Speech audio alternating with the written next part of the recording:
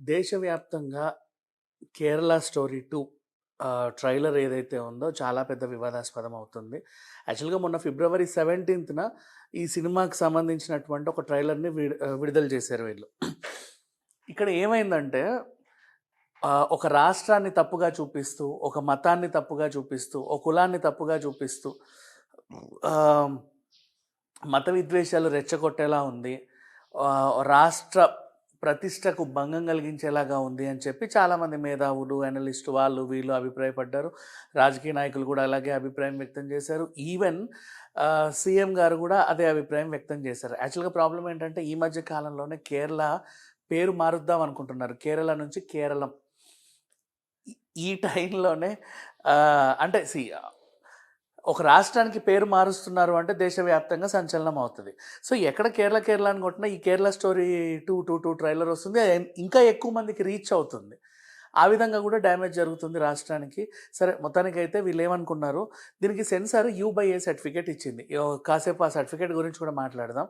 ఆ తర్వాత చాలామంది హైకోర్టును ఆశ్రయిస్తే హైకోర్టు ఏమనిందంటే 25కి ఇక్కడే స్క్రీనింగ్ వేయండి, ఏమైనా అభ్యంతరాలు ఉంటే మేము చెబుతాము, ఆ తర్వాత మీరు విడుదల చేసుకోవచ్చు అని చెప్పింది. దీంట్లో కొన్ని కట్స్ కూడా చెప్పారు. ముద్దు సీన్లు నిడివి ఎక్కువగా ఉంది, కొంచెం కత్తిరించండి. అమ్మాయిని ఏదో చేసే ఆ వికృత చేష్టలు నిడివి ఎక్కువ ఉంది, కొంచెం తగ్గించండి. ఇంకొన్ని మార్పులు చేర్పులు చెప్పారు. కాకపోతే ఇక్కడ విషయం ఏంటంటే కులం, మతం, ప్రాంతం గురించి మనం ప్రస్తావించకూడదు అనేదే మన ఆర్టికల్ 19 మనకు చెప్పేది. ఇప్పుడు దీంట్లో ఒక కులాన్ని చాలా తక్కువ చేసి మాట్లాడడం, ఆ కులానికి చెందిన అమ్మాయిల్ని నీచంగా చూపించడం, అనగూడని మాటలు అనడం.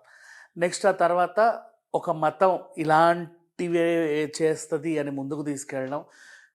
ఆబ్వియస్లీ ప్రాంతం కేరళ. ఇవన్నీ ఉండేసరికి మరి సెన్సార్ ఎందుకు దీనికి U/A సర్టిఫికేట్ ఇచ్చింది అని అడిగితే, ఇక్కడ సెన్సార్ గురించి మాట్లాడుకుంటే చాలామంది ఒకప్పుడు చూడండి సినిమాలు మనకు ఎలా ఉండేవి. నేను గతంలో కూడా చాలాసార్లు చెప్పా, ఇప్పుడు మళ్ళీ చెప్తున్నా. పొడవడానికి ఒకడు వస్తున్నాడు అంటే వాడి ఎక్స్ప్రెషను నేను పొడవడానికి వస్తున్నాను అని. పొడిపించుకునేవాడేమో భయం, అమ్మో వీడోడు నన్ను పొడుస్తున్నాడు అని. ఆ తర్వాత దగ్గరకు వచ్చాక వాడు ఒక ఎక్స్ప్రెషన్ ఇస్తాడు, ఏయ్ అని. అంటే వాడు పొడిచాడు అనేది విషయం మనకు అర్థం అవ్వాలి. ఆ తర్వాత వీడు అమ్మో నేను పొడిపించుకున్నాను అనే ఎక్స్ప్రెషన్ ఇస్తాడు.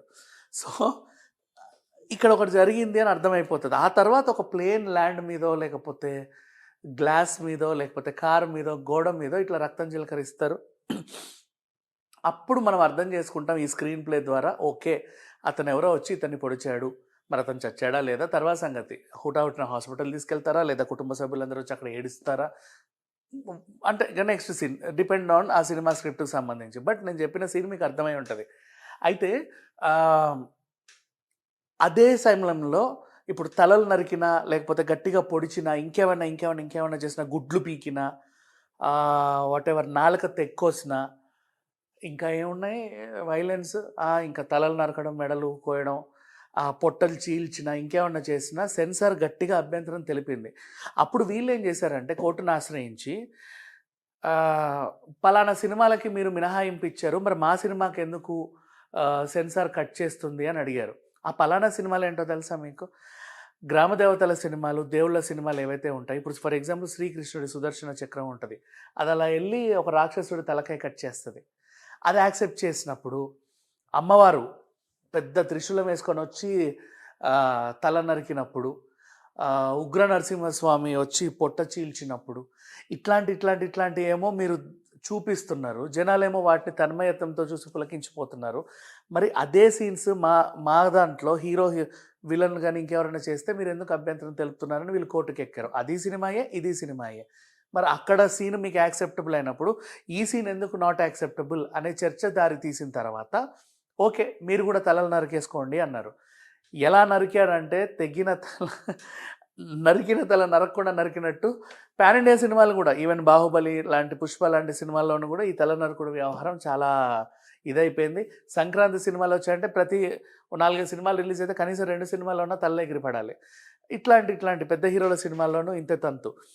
ఆ తర్వాత ఇంకా పొడవడం, లోపల ఎన్ని పార్ట్లకు డ్యామేజ్ అయ్యింది, ఎంత రక్తం గారింది, ఇట్లాంటివన్నీ కూడా చూపించడం మొదలుపెట్టారు. సో ఇక సెన్సార్ ఏం చేయలేకుండా పోయింది. సరే వాటెవర్ అంతవరకు బాగానే ఉంది. మళ్ళీ కంట్రోల్ చేయంటే కంట్రోల్ చేయొచ్చు. కాకపోతే ఇదంతా సవరించుకోవడానికి చాలా సమయం పడుతుంది వీళ్ళకి. సరే ఈవెన్ దో ఇప్పుడంతే ఇక సమాజం అన్నీ చూసేసింది కాబట్టి, అంటే ఫర్ ఎగ్జాంపుల్ 'అర్జున్ రెడ్డి' వస్తే ఇంత వైలెన్సా అన్నారు. తర్వాత ట్రైన్‌లో కిల్లర్ అదేం సినిమానో నాకు సరిగ్గా ఐడియా లేదు. సరే మనమే మాట్లాడుకుందాం. 'యానిమల్'ని మించి మొన్న 'టాక్సిక్'ని మించి మన 'విశ్వక్సేన్ కల్ట్'. ఇక ఒకదానికి మించి ఒకటి, ఒకదానికి మించి ఒకటి వచ్చేస్తూనే ఉన్నాయి సినిమాలు కూడా. కాకపోతే వీళ్ళందరూ ఏంటంటే ప్రెజెంట్ యూట్యూబ్‌లో మాత్రమే ఇవన్నీ చూపించుకుంటున్నారు. మెయిన్ సినిమాలో ఇవి ఉంటాయా లేదా అనేది మనకు తెలీదు. కానీ యూట్యూబ్‌లో మాత్రం ఇవన్నిటిని యథేచ్ఛగా మా సినిమాలో ఉన్న అంశాలని చెబుతూ ప్రచారాన్ని అయితే చేసుకుంటున్నారు. సరే ఇప్పుడు 'కేరళ స్టోరీ 2' గురించి వస్తే ఎంత కాదనుకున్నా, ఎంత స్వేచ్ఛనిచ్చినా ఒక ఆర్టికల్ అనేది ఉంది కాబట్టి దానికి మనం గౌరవం ఇవ్వాలి. ఈవెన్ సెన్సార్ బోర్డు కూడా దాన్ని గౌరవించాలి. ఒక కులం గురించో, మతం గురించో, ప్రాంతం గురించో అభ్యంతరకరమైన సన్నివేశాలు ఉన్నప్పుడు దానికి కట్స్ మాత్రం ఖచ్చితంగా చెప్పాలి. ఎందుకంటే గట్టిగా అడుగుతారు. వై? బికాజ్ ఇప్పుడు 'కేరళ స్టోరీ' కనుక మీరు సెన్సార్ ఇచ్చారనుకోండి, తమిళనాడులో కొత్త వివాదం చెలరేగుద్ది. 'జననాయకన్' ఎందుకు ఆపారు?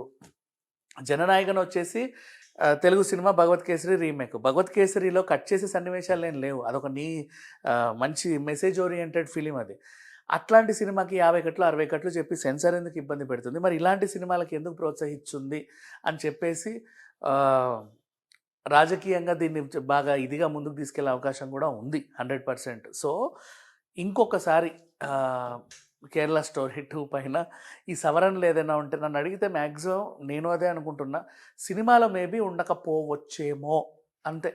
ఇన్ కేస్ ఉండదు. ఎందుకంటే బికాజ్ ఇది చాలా సెన్సిటివ్ వ్యవహారం. అన్నీ అలౌ చేయదు సెన్సార్. ఈ మధ్యకాలంలో బూతులు గీతులు అన్నీ వస్తున్నాయి కానీ అంతెందుకు శృంగారం కూడా ఎప్పటి నుంచో కట్టలు తెంచుకుంది.